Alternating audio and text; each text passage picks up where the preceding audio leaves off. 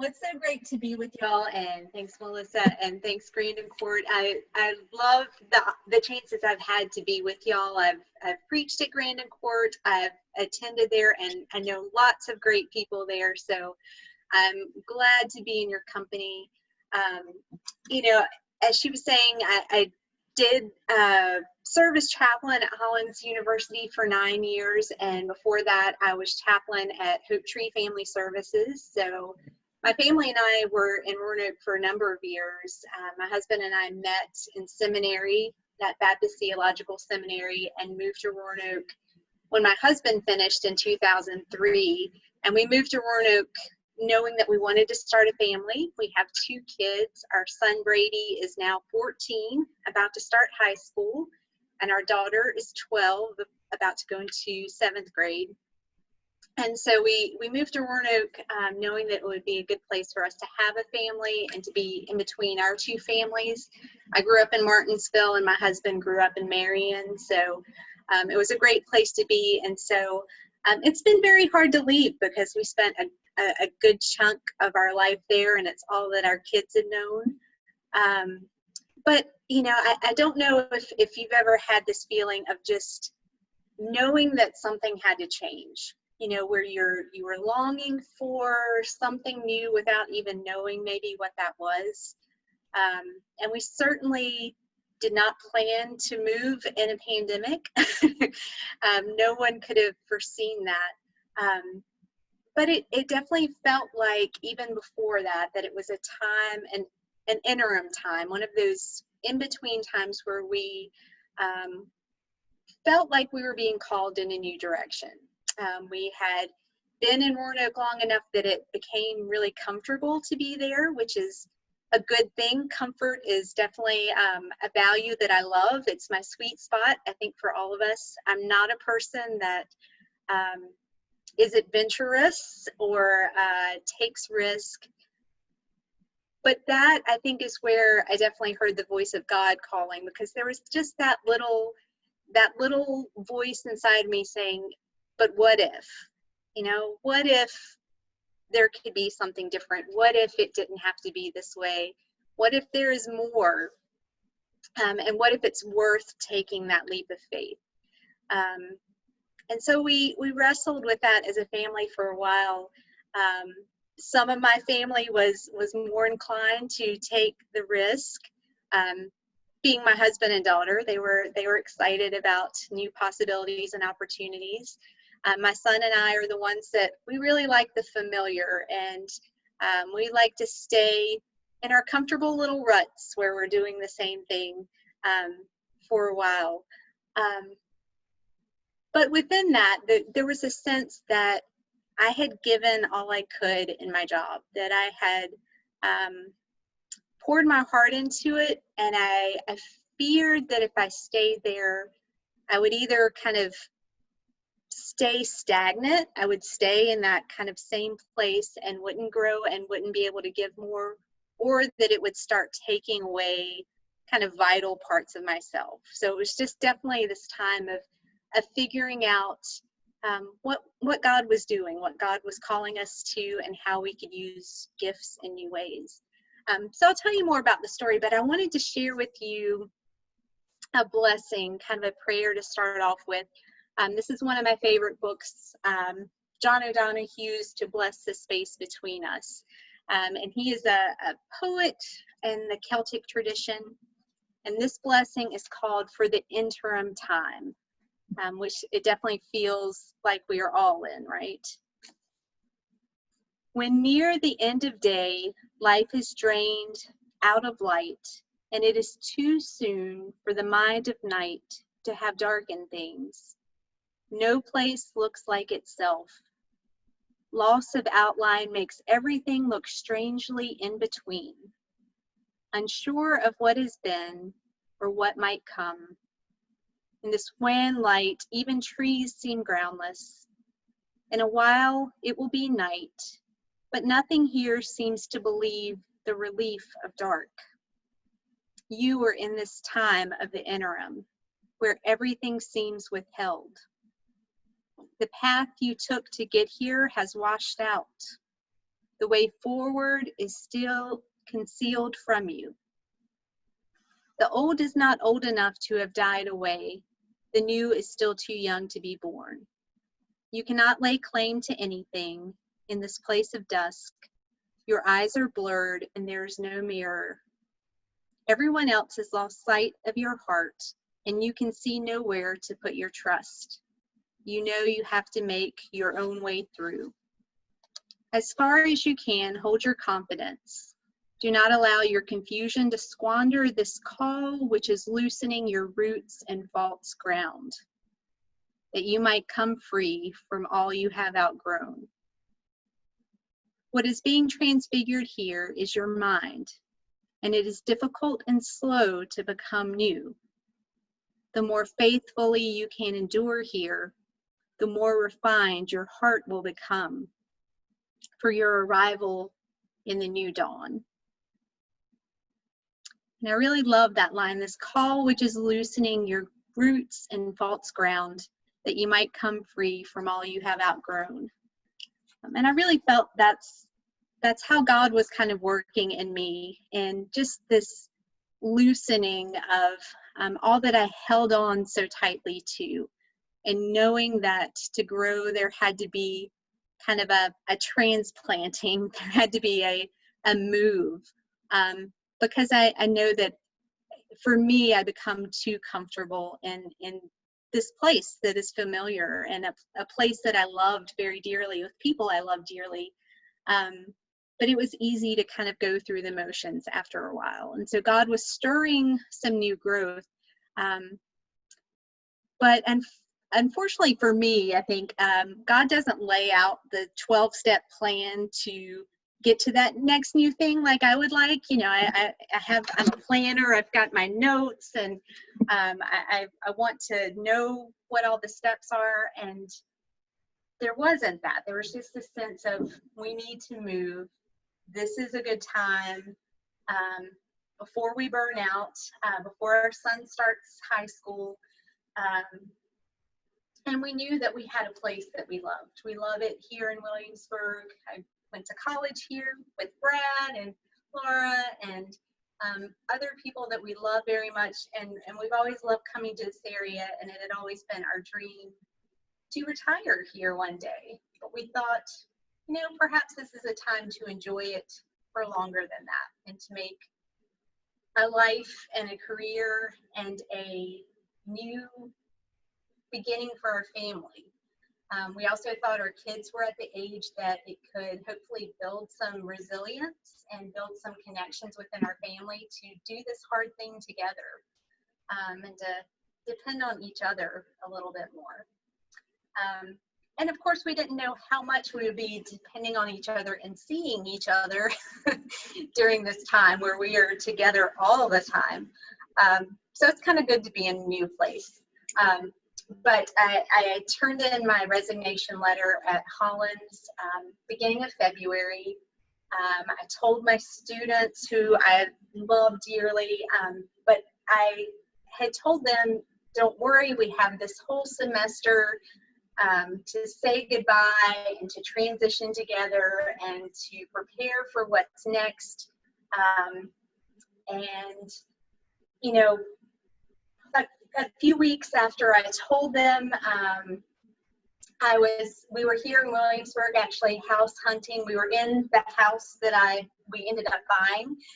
We were walking through the house when my supervisor at work called me to tell me that Hollins was shutting down for the rest of the semester, and not just Hollins, but that I would soon hear from my kids' schools that they would not be going back to school. So we were walking around the house thinking about our future here, but also thinking about the present and how our transition would look very different than we thought. Because the comfort for us in it would be that we would have time, right? Time to say goodbye, time to celebrate and grieve and do all the things we loved one more time, and to look forward to what we would be able to experience here together in Williamsburg, that our kids would get to have time with their friends, that we would have time with our friends, and that I would be able to pastorally care for my students and faculty and staff, with whom I administered and served for 9 years, that there would be that gracious goodbye, and that helping them prepare for what was next. And so went back to Roanoke after our trip, and students were packing up to leave, and I didn't get to see them again except for on a screen. And they were deeply grieving not being able to finish the semester and have all of their rituals that they look forward to. You know, colleges are big about tradition and the whole social element of that, and not having that. We learned too that it really highlighted the inequities that a lot of our students face, when not all of them were able to get online for their classes. They either didn't have the technology or the Wi-Fi. They didn't have a private space in their home. They were back with maybe many siblings, or maybe they were housing insecure and didn't have a safe place to be, and were trying to find a place where you know, they couldn't be on campus, but they had to find a place where they could live. And some of them were working jobs and taking care of family members. So there was, you know, the grief of things not happening the way they had hoped and planned, not being able to end the semester, not being able to graduate, have the big graduation ceremony that they had looked forward to for years and dreamed of, and that their families had hoped for. Some of our students couldn't even come get their belongings. I talked to one student this week who just picked up her things, you know, that had been left behind at Hollins in March. You know, she just picked them up this week. You know, it was just this abrupt end. You know, again, I'm a big planner. You plan how things will be, and you dream how they will be. And I think this situation has put us all in this on the same level, in that we don't have that ability to plan anything. You know, we kind of are in a day-to-day mode right now, and that uncertainty causes so much stress and anxiety.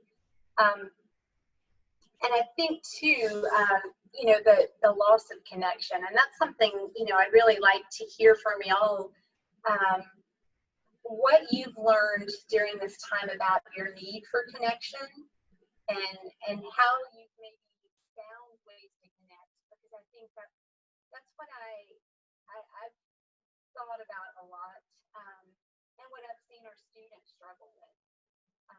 You know, we know mental health is one aspect of mental health is really having positive connections with other people. And this time can be so isolating. And so I'm glad to see that y'all have connections through this group and through worship.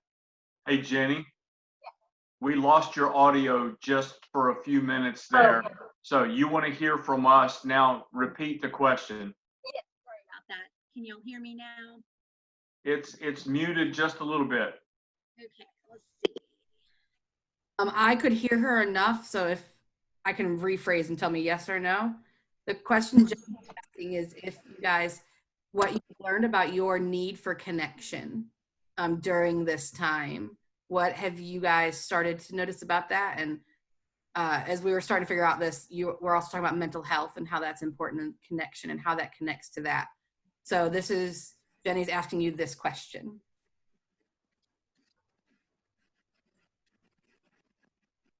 That means you can answer. Well, Jenny, I'll start. I mean, this is what triggered for me, and I don't want to monopolize the time, but this is what triggered for me, because you were talking about tradition, you were talking about college kids and things, and I just remember when my daughter was finishing at a small women's college that is very steeped in tradition. They have their patterns, they have all of their things that they do, and it was perfect for her and perfect for the traditions that they built.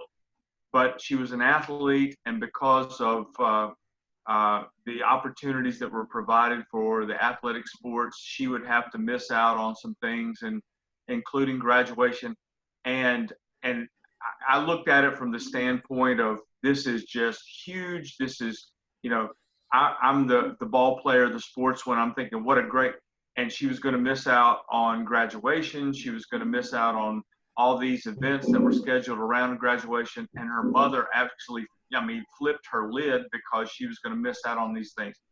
So what triggered for me, Jenny, when you said that, is people come at this from a different level, and some see opportunities in the midst of loss. Some see grief and loss in the midst of uncertainty. And so we all approach it from different levels. And that's just what kind of triggered for me.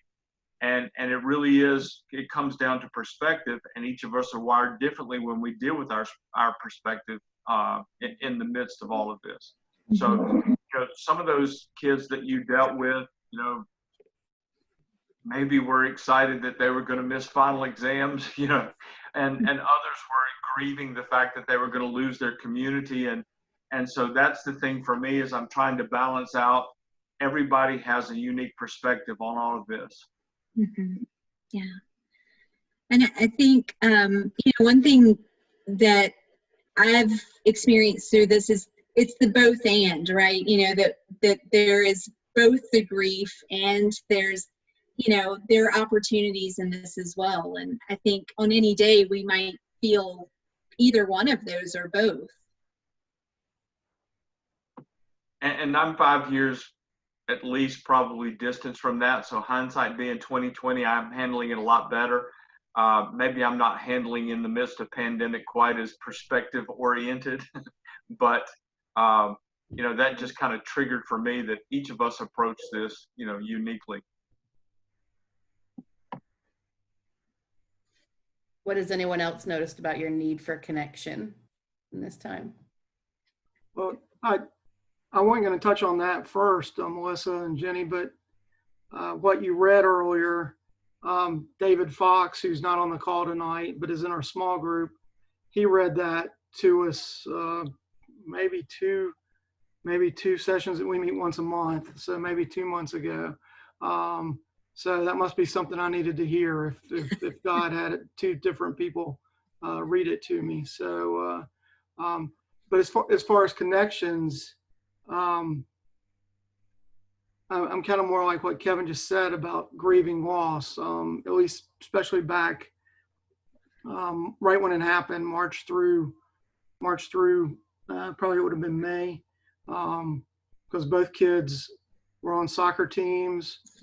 We had one stretch already on the calendar where we were going to be at a ball field, I think 13 straight weeknights, and but they were different kids, so we weren't going to miss anything. We were going to be at all, and I've been looking forward to that for at least a month, and then it just all got, just wiped away. And so that left me with a great sense of loss. And then also when you lose everything else, like not just that, but all the stuff that fills up your time, church and all the great things that go on, and suddenly you just have nothing but time. And then that at the same time, that takes away all the connections as well, for the most part, because you can't see those people. So I've had to, at Laura's urging, and Laura, as you all know, who know her, she's the wiser of the two of us by far. She urged me to start a Zoom with some of my buddies. And so we do that about once a week. And that has just been, for me, that's just been a great thing to hear about their perspectives, because they're sort of spread out now and dealing with different aspects. And a few of them are teachers, and so they're dreading, they have all the fears of the fall and that kind of stuff. So, but anyway, it just drove home that even though I'm an introvert, I need to be I need to be near people, right? And interact with them at some level. I might not share too deeply of myself, but just to have that connection there. So anyway, I spoke enough. So I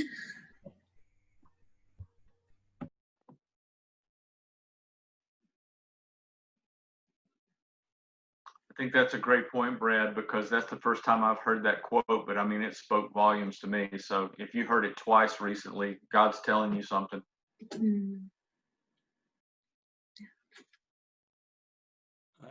I just wanted to say that the one thing that we have really lost connection, we've had several close friends who passed away during this time, and no funeral, no real closure, and that's just been I don't know, that a real lost connection there. And some of them have some of the families have planned something for later, but it's still, that's really been tough because there's just no closure there. Yeah, I think, that is, there are deeper griefs. Hang on. Y'all keep talking. I'm going to get headphones.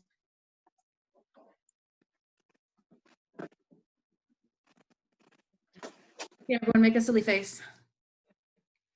Yeah, Ed, one of the things that, and I have experienced maybe a couple of gravesides and a couple of chapel gatherings, and they've been very minimal with 10 or less. And yeah, it's painful. I mean, I think of Harold Lewis,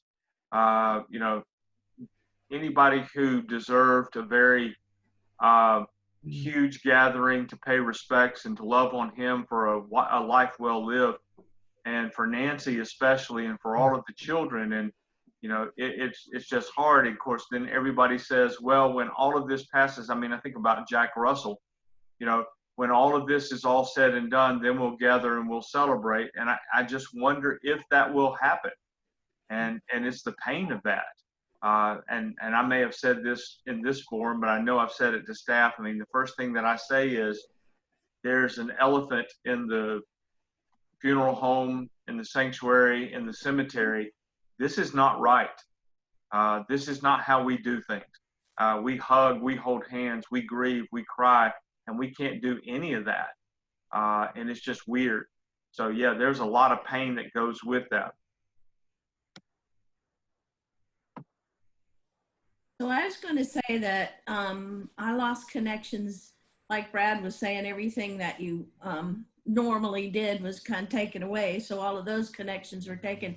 But I did start this job just right when this thing happened.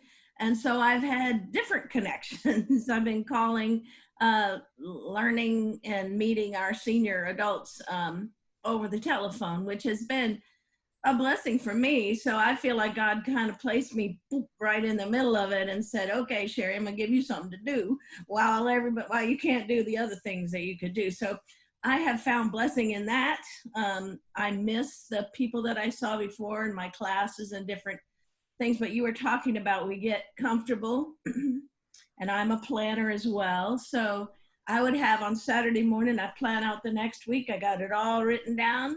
Now, if you go back and look when this started, crossed out, everything just crossed out. So now I don't do that anymore. I see, let's see what today has when I wake up. And I'm like, okay. So I just had, I've adjusted, but, and I live alone anyway, so I'm used to that. So that's not a thing, but yeah, but I've made new connections as well. So we've kind of, and it's been helpful to have staff meetings every week. So, I mean, I get to see people. It's different being on Zoom, but it's had its positives as well.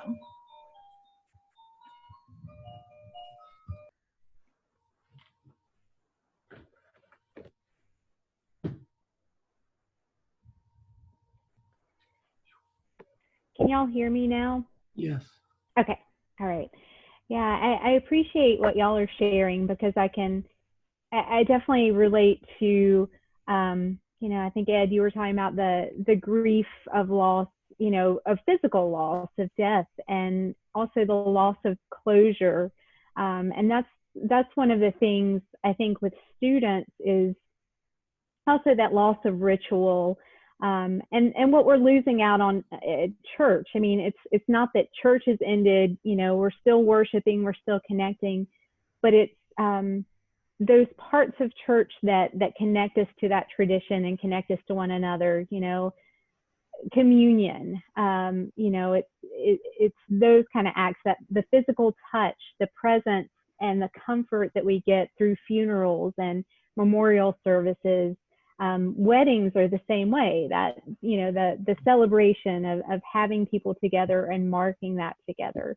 And those things haven't completely ended. We also talk about ways that we found connection in new ways, you know, through Zoom and through phone calls and meetings that we're doing in new ways. And I think, you know, there's an invitation and a opportunity in that as well. I mean, I think especially with ministry to college students, you know, this is their comfort level. This is how they have already formed community. They formed community online first. And so, you know, when I was talking to them, they didn't feel the loss of community and connection in the same way I did. They already had their online groups and online community, and were very comfortable in that.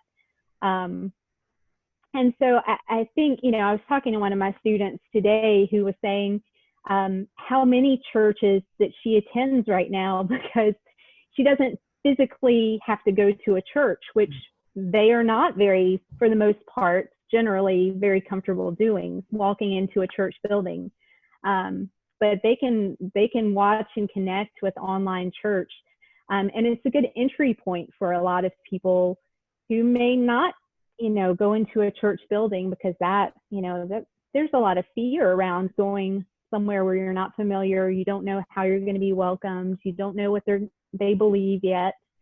And I found when I switched my services, my weekly services at Hollins online, I had an incredible increase in engagement. You know, where normally I would have 12 people come every week on a good week, I would have 200 people engaging online, because it was a different comfort level, you know, and they would participate in different ways. And it was neat to see the different people that would come and were interested in that. So I do think there's an invitation in this as well to think about how we create community and how we connect in new ways and how we reach people where they are, instead of, you know, waiting for them to come to where we are.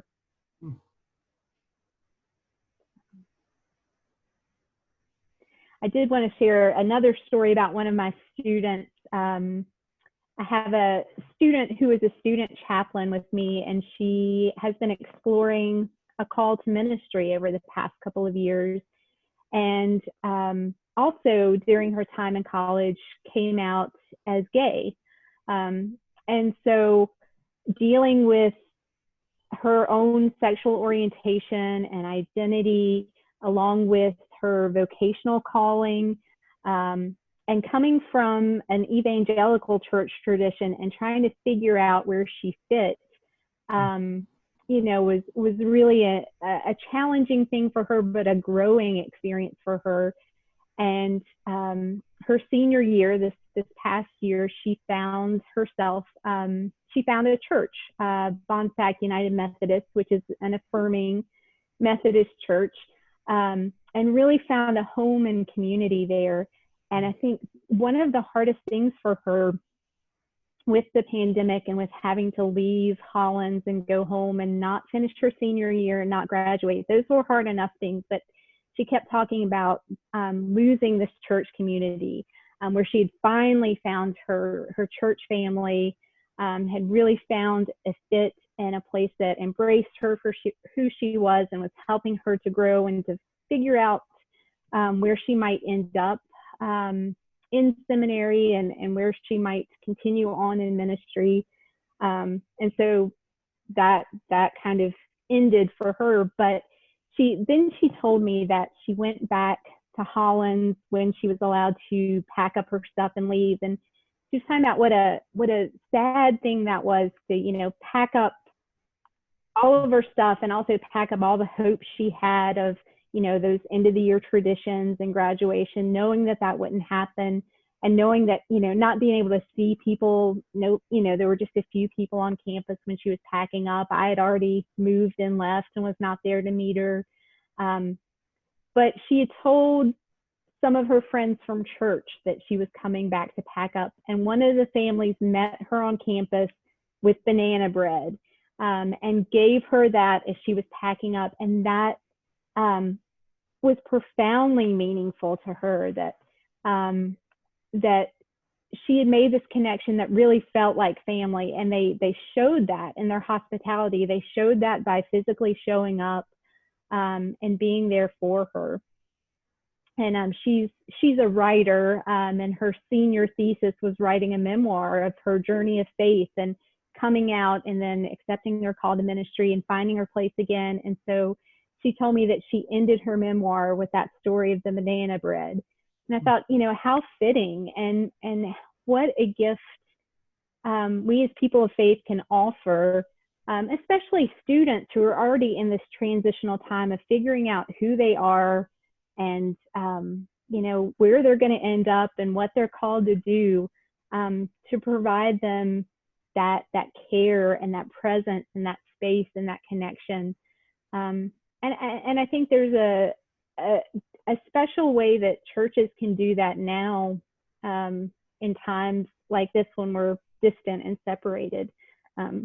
Excuse me. I think it's going to be another challenging year for colleges who have plans to be in person on campus, but we don't know if that will last or how long that will last. And when it ended this year, it was very sudden. Students were sent home at a moment's notice. We had international students that could not get back home because of travel bans and, you know, things shutting down in their countries. We had to figure out how to feed students that couldn't get home, students that had no home to return to. So I think that there are going to be a lot of needs for students, but that need for connection and spiritual mentoring and nurturing is very important, and something that can be provided in the ways that y'all are doing right now and connecting with each other.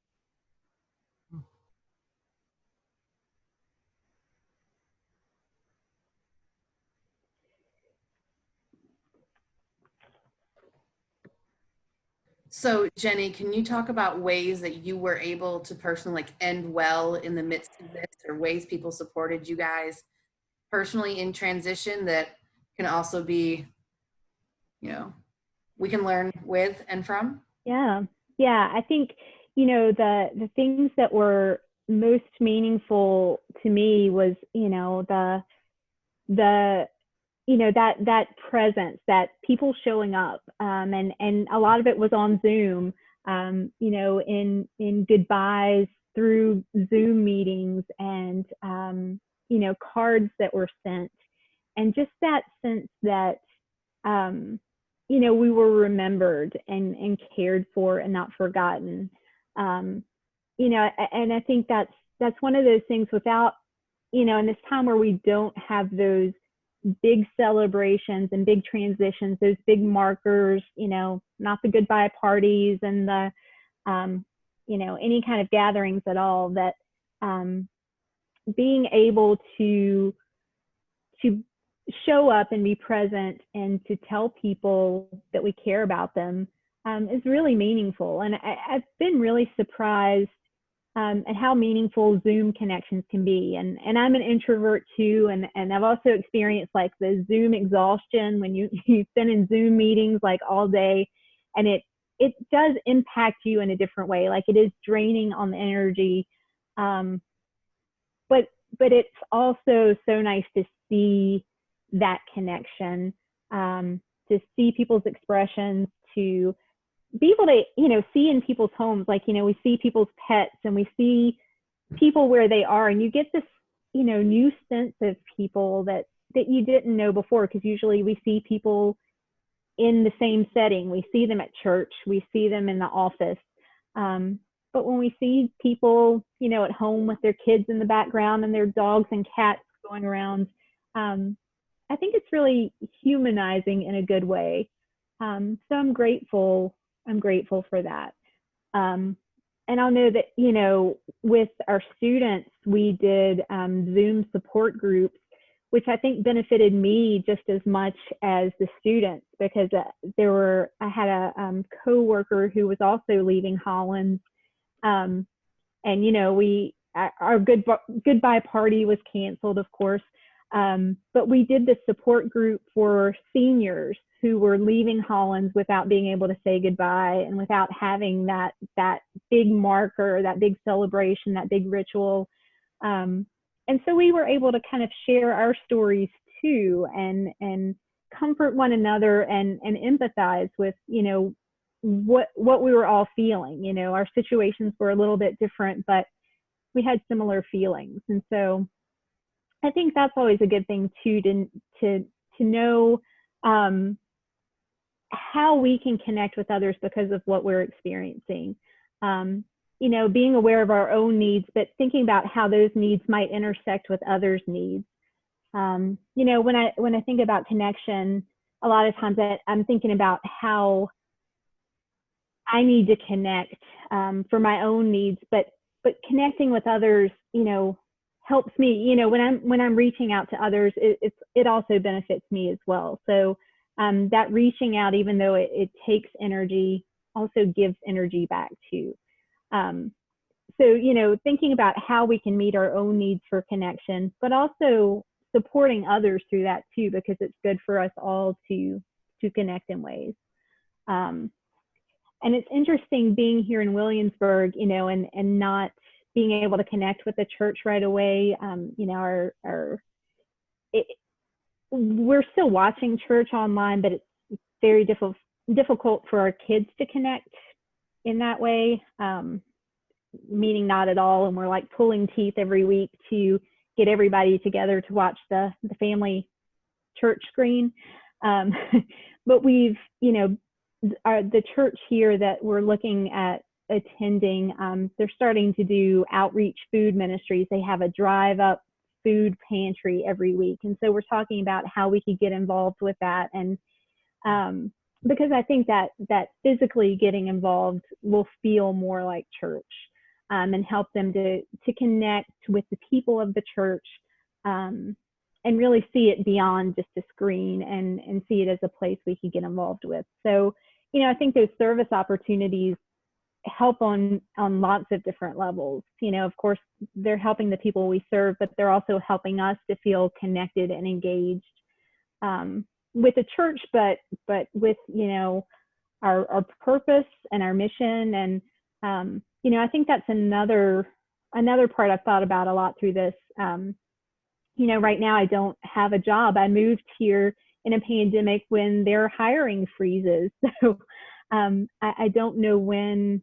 I know what I want to do. I don't know when there will be an opening for that. And so figuring out how to find meaning and purpose that's not connected to a job necessarily, which is always the way I've kind of found value and worth, and, you know, connected with my calling. So, you know, I guess that's another question I have for y'all is, where are you finding meaning and purpose? You know, is there something that has struck you during this time that maybe you hadn't considered before?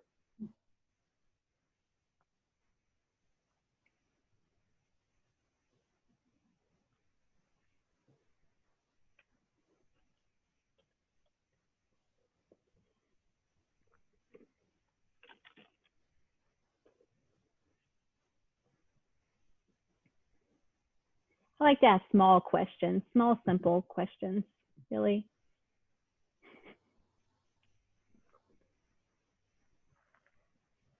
Well, and, you know, think of the little things, like Sherry, you know, talking about phone calls.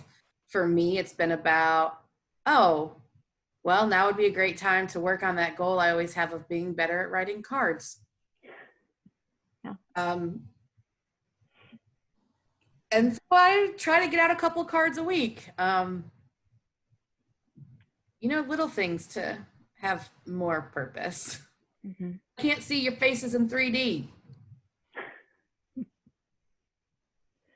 I have done a lot of cards. That's in connection with the position that I took as well, but I'm doing it other than that as well, more so than I was. But also the deacons and the staff did a parade to our senior, some of our senior adults 2 Sundays ago, I think. Went really well and meant like a really tremendous amount to the people that we drove by, and so I mean that was really a good thing. And you were mentioning before, just a little something to say, we love you, we miss you, and we remember you. So and I think that was good. A lot of the deacons and the staff were involved with that, so went over really well. I think that's kind of where purpose has, for me, and I think for, I know that a lot of the people that I talk to, they're calling other people, and I know a lot of these people here they're having the Sunday school classes, they're calling their people, they're keeping in contact that way, and I think that's huge. It's a church family acting like a family, which is really cool, and I'm proud to be part of it, which is great.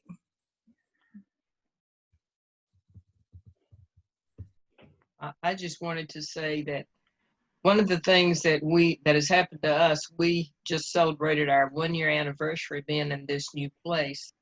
And we had found it really hard to know our neighbors, to get to know them, because it's a patio home area and everybody comes in, puts the garage up, goes in, puts the garage door down, and we don't see them anymore. So we were thinking these people are just really not very friendly at all. But, the only people we ever saw were people out walking their little white fluffy dogs.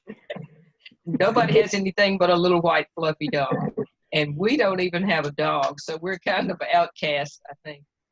Anyway, but we, since we've had this pandemic, we have been taking our chairs out and setting them in the front yard, which is about a 2x4. But anyway, we have met lots of people. They come by walking their dogs, and they stop by and talk to us. And so we've got to know a lot more people, and they really are very nice folks. And we've also found out we've had one death right down behind us.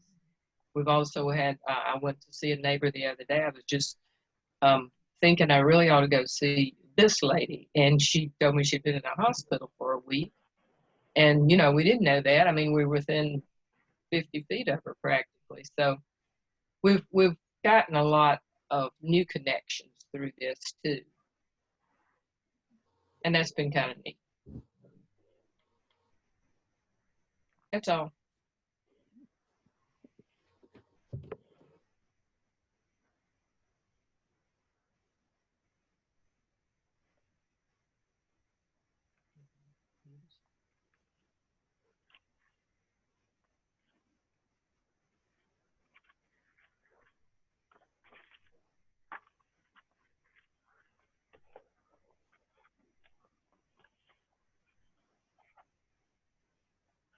There's Mary. I wonder where Mary was.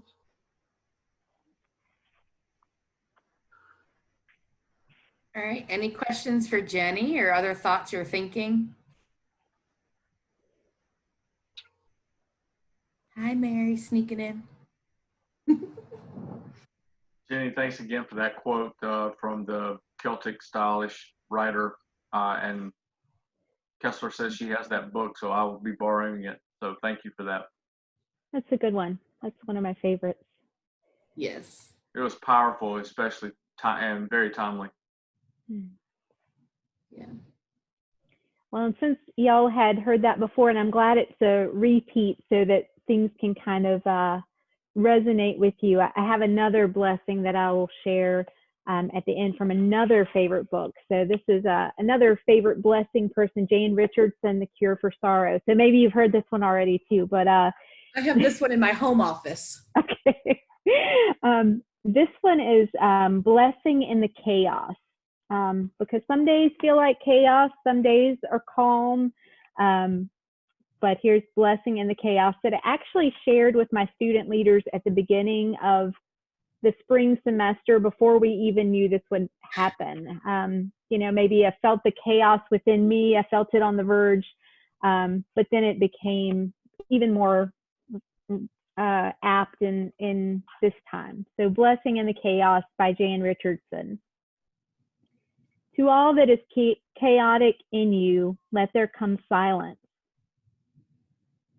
Let there be a calming of the clamoring, a stilling of the voices that have laid their claim on you, that have made their home in you, that go with you even to the holy places, but will not let you rest, will not let you hear your life with wholeness or feel the grace that fashioned you. Let what distracts you cease. Let what divides you cease. Let there come an end to what diminishes and demeans, and let depart all that keeps you in its cage. Let there be an opening into the quiet that lies beneath the chaos, where you find the peace you did not think possible, and see what shimmers within the storm. And that last line about the storm, I know we're all experiencing storms right now, literally and metaphorically. So may we see what shimmers in the storm. And I'm grateful for y'all, for your presence, for the ministry that you provide in the area. And, you know, I'm just grateful for the friendships that persist over the distance and, you know, for the connections with all of y'all. So thank you for the invitation to be with y'all. And I'm glad we could still connect even from a distance. I think that's one of the gifts of this time is connecting with people wherever we are in our different places. And I'll echo what Kevin said earlier, thanking you for gifting us with your presence and speaking from your experiences in the midst of all sorts of transitions, and with the two blessings you shared, both very, very apt. Thank you, Jenny, for your time, for giving up the time for us. And when you're back in the Valley, please come and visit. And blessings upon you and your family as you transition and you figure out what the new, as I'm fond of saying, the new abnormal is. Yeah, that's a good term. I like that. Yep. It's good to see everybody. Kevin. Thank you. Back in November, if I remember right, you had the lady come from Lebanon and speak. Thank you for asking that, Brad. We made a phone call this morning. That's been heavy on my heart. Aliyah Aboud, and I reached out to Craig Waddell through the BGAV. She is well. All of the students are well. The school is well. And so, yeah, thank you for asking that. That's a great update for everybody.